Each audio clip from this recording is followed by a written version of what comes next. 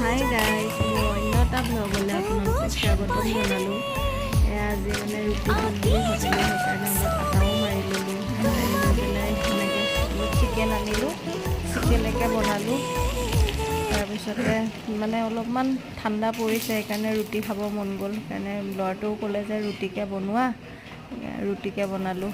নাহাঁহিব আৰু ৰুটিকেইখন বেলোতে বৰ ভাল নহ'ল, সেইটো কাৰণে